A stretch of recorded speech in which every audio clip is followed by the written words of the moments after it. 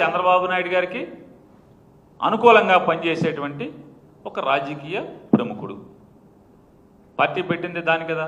అప్పుడు నేనేమో రాజకీయాల్లో ఎక్కడైనా పార్టీ పెట్టేది ప్రజలను ఉద్ధరించడానికి, అంతిమ లక్ష్యం ప్రభుత్వాన్ని ఏర్పాటు చేసి ప్రజల మన్ననలను పొంది ప్రజల హృదయాలను గెలిచి ప్రభుత్వాన్ని ఏర్పాటు చేసి తద్వారా విస్తృతమైనటువంటి ప్రజా సంక్షేమాన్ని, ప్రజాసేవని, రాష్ట్రాభివృద్ధిని 10 తరాలు గుర్తుండేట్టుగా ప్రతి ప్రభుత్వం నాకంటూ ఒక మైలురాయి ఉండాలి అని చెప్పని కాంక్షతో, ఆకాంక్షతో, సంకల్పంతో పనిచేయడానికి రాజకీయ పార్టీలు పెడతారు.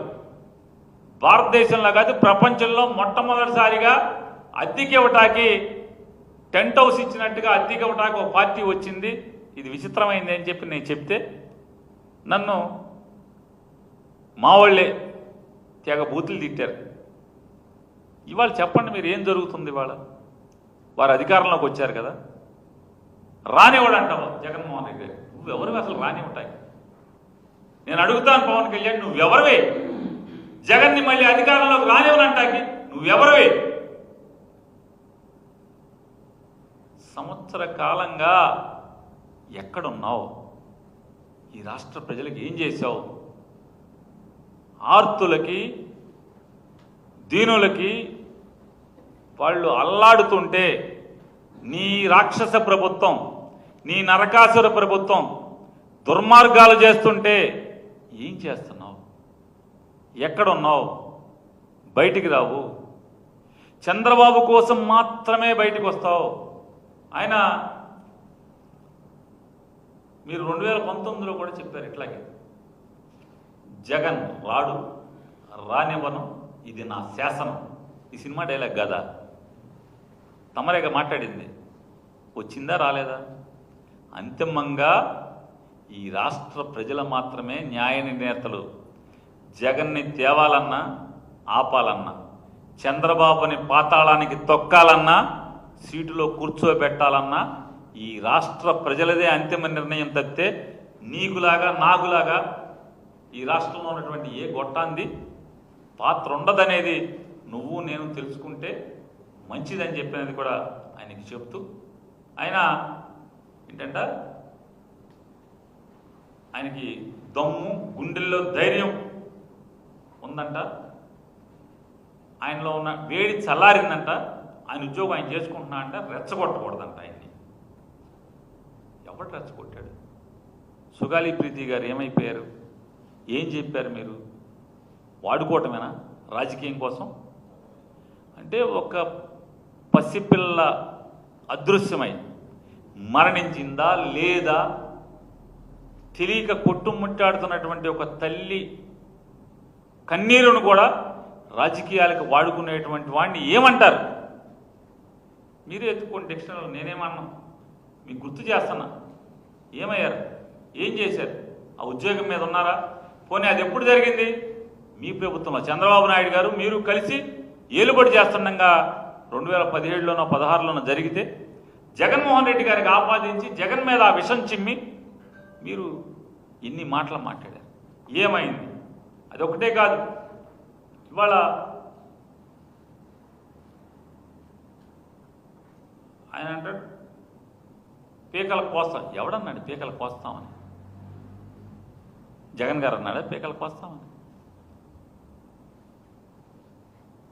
ఎవరు ఇవాళ పీకలు కోస్తున్నది ఎవరు? ఎవరు ఏలుబడిలో పీకలు తెగుతున్నాయి? ఇవాళ కిరాతకంగా నరరూపు రాక్షసుల్లాగా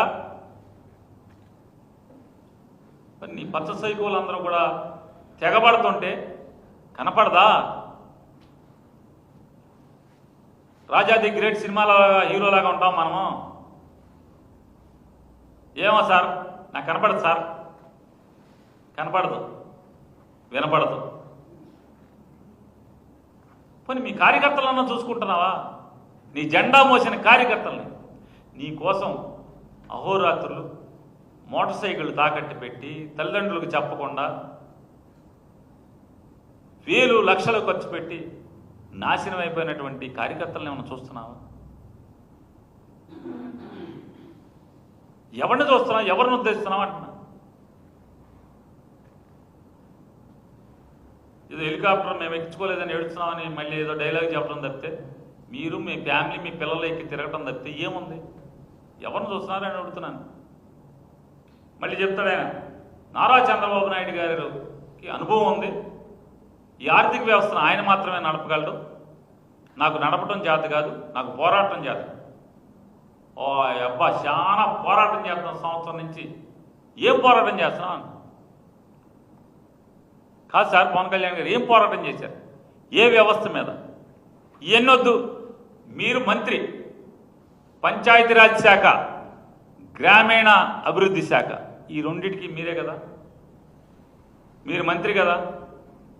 మీరు మంత్రిగా ఉన్నటువంటి ఆ శాఖలో ఏ రోజన్నా ఆ శాఖలో విషయాలను ఏమన్నా పట్టించుకున్నారా మీరు? ఆ శాఖ గురించి సమీక్ష చేశారా కనీసం? పర్యావరణం కూడా మీరే కదా. ఏం సమీక్ష చేశారని అడుగుతున్నాను. ఎక్కడ చేశారు?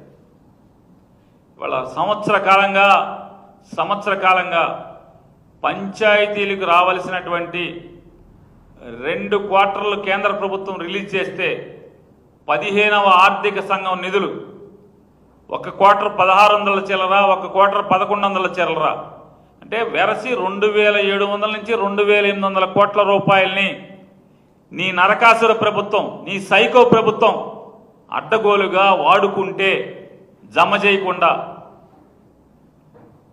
పోరాటం చేశారా? నీ ప్రభుత్వం మీదే నోరు చేర్చి అడిగారా?